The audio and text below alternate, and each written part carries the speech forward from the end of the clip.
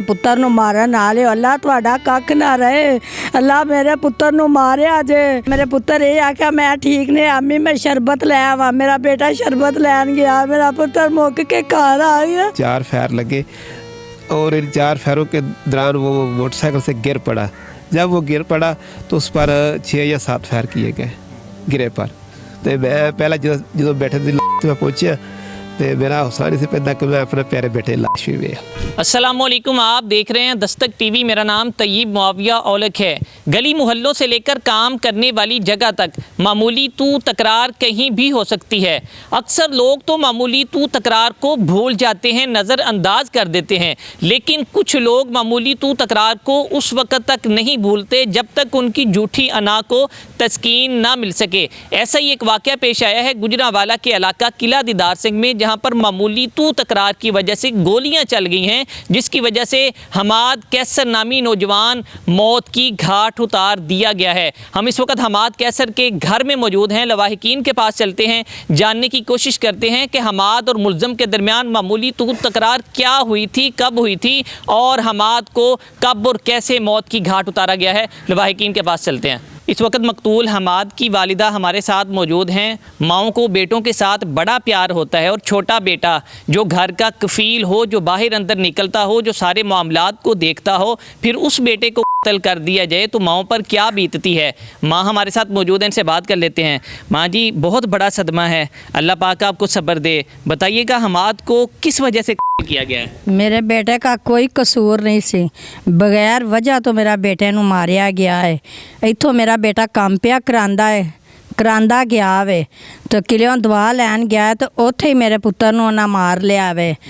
किसी ने मुकबरी पता नहीं कीती है जां की बनया। मेरे पुत्र ना इत्थों ठीक ठाक गया वे, कोई साड़ी लड़ाई झगड़ा नहीं सी। इदू पहला होया है थाने दे विच खत्म हो गया है। कितनी देर पहले थोड़ी कोई इन्हां दे नाल लड़ाई हुई सी? साल हो गया है। हाँ। साल हो गया लड़ाई हुई है, साड़ी सुलह हो गई है। सानू किसे इलम दा होई ना, सानू कोई पता नहीं। कुरान ते सुलह कीती ने ते बेकसूर मेरा पुत्र, मेरा इन्ना प्यारा पुत्र, अल्लाह उन्हां दा कख ना रहे। मेरे बेस दोसे पुत्र नू मारन वाले अल्लाह तुहाडा कख ना रहे। अल्लाह मेरे पुत्र नू मारिया जे, अल्लाह तुहाडा बी बूटा पटिया जाए। माँ जी, हम आज जब घर से गया था आपको क्या बता के गया था, कोई बात करके गया? नहीं, मेरा पुत्र कोई बात नहीं करके गया। मेरे पुत्र ये आख्या मैं ठीक ने आमी मैं शरबत ले आवा। मेरा बेटा शरबत लैन गया, मेरा पुत्र मुक के घर आ गया। मैं बड़ी आवाज़ात दिल मेरा आया, मेरा एडा जवान पुत्र के शहीद कर दिता ने, उतरिया मार दिता ने। माँ जी, हम आदमी कभी आपको बताया था कि ये लोग मुझे कुछ धमकियाँ लगाते हैं या मैसेज करते हैं? कोई नहीं सी दसदा है ही कोई नहीं सी गलबात। पहले जड़ा झगड़ा होया है वही होया है, सुलह कीती ने कुरान चुक के, होर कोई गल नहीं तो सानू पता हुंदा साडे बच्चे दा या उन्हां दा कसूर है। असीं पुछदे ना, कोई बच्चे साडे दा कसूर नहीं। घरों काम करदा गया वे ते दवा लैन शरबत, उत्थे ही उन्हां उतरिया ने फैर मार दिते ने। 8 फैर मारे ने मेरे पुत्र नू। इस वक्त मकतूल के वालिद हमारे साथ मौजूद हैं, ये मुद्दई मुकदमा भी है, इनसे बात कर लेते हैं। चाचू, बहुत बड़ा सदमा है, अल्लाह पाक आपको सब्र दे। बताइएगा हमाद को किस तरह से चाचू किया गया? एक देखो ना जी, हमाद को जिस तरह किया गया, अल्लाह ना करे कोई इस तरह हो। उसके जब उस पर फायरिंग हुई, मोटरसाइकिल पर बैठा था, मोटरसाइकिल पर बैठे पर उसको 4 गोलियां लगी। वो कैमरा भी बता रहा है, CCTV कैमरा जो है वो मौजूद था, कैमरा भी बता रहा है उसको 4 फायर लगे और इन 4 फायरों के दौरान वो मोटरसाइकिल से गिर पड़ा। जब वो गिर पड़ा तो उस पर 6 या 7 फायर किए गए गिरे पर। हालांकि ये मुझे बहुत तकलीफ दे चीज़ है। मैं पहले तो 2 दिन यकीन करो मैं तो वीडियो भी नहीं सा वेखदा, लेकिन मैं फिर अदारे नूं अपना बताने वास्ते या तुहानूं लोगों नूं दस्सण वास्ते फिर मैं वो वीडियो बड़ा सख्त दिल करके वेखी, अल्लाह जानदा है। तो मैं पहले जो बैठे दी मैं पहुँचा तो मेरा हौसला नहीं से पैदा कि मैं अपने प्यारे बेटे लाश भी वेख। मैं बड़े औखे लाश वेखी, अल्लाह किसी ने ना विखाए। जो जवान बेटा था, शेर जैसा बेटा था, इतना खूबसूरत बेटा था, उसको कहाँ फायर लगे थे जब आपने देखा? जब मैंने देखा तो मुझे जब वो गर्दन में फायर नज़र आया ना, मुझे ज़्यादा तकलीफ समझ लो कि सामने था ना फायर, वो ज़्यादा तकलीफ दे था गर्दन वाला जो शारा पर फायर था। बाकी उसके जिस्म छलनी था, वो जो आपका नाज़िक रिपोर्ट वाला दारा है उनको भी पता है, जो डॉक्टर साहब हैं उन्हें सांस की निकाल कर दिए।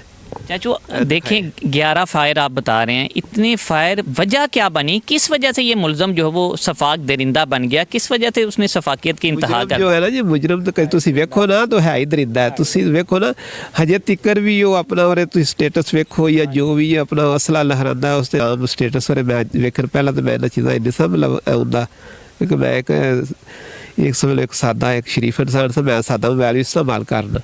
वजह क्या बनी, किस वजह से आपके बेटे को कत्ल किया गया? वजह यही थी पिछले साल जब ये इस पर फायरिंग हुई तो उस दौरान मुझसे वजह पूछी गई।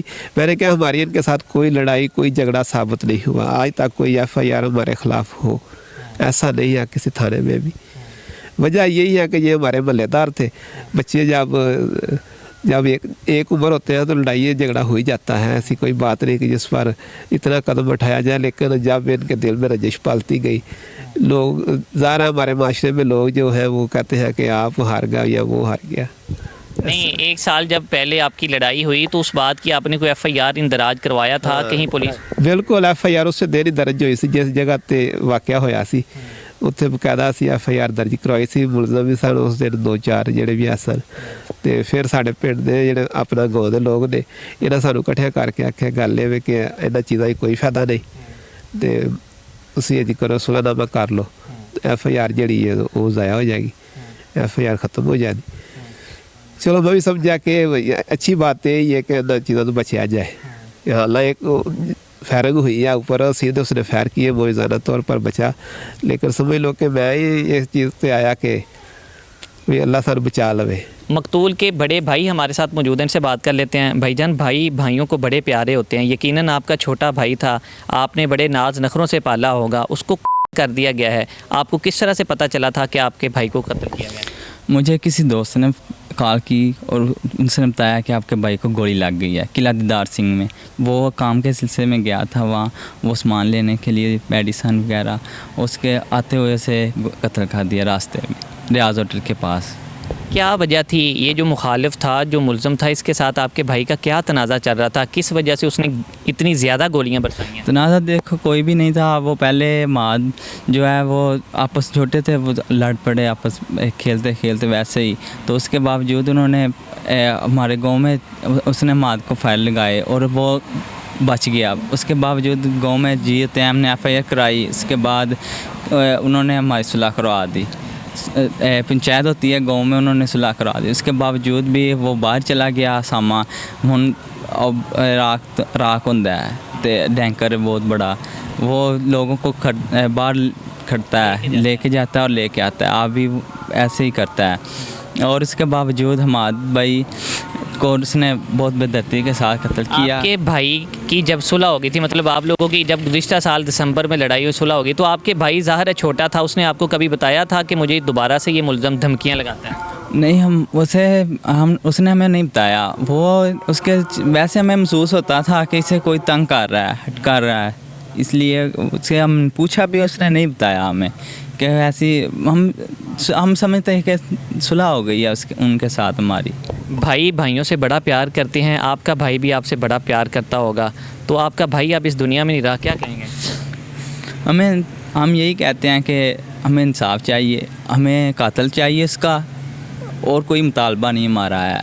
हमें जिसने उसे किया है वो इंसान चाहिए, बस उसे उसकी उसे सज़ा मिलनी चाहिए।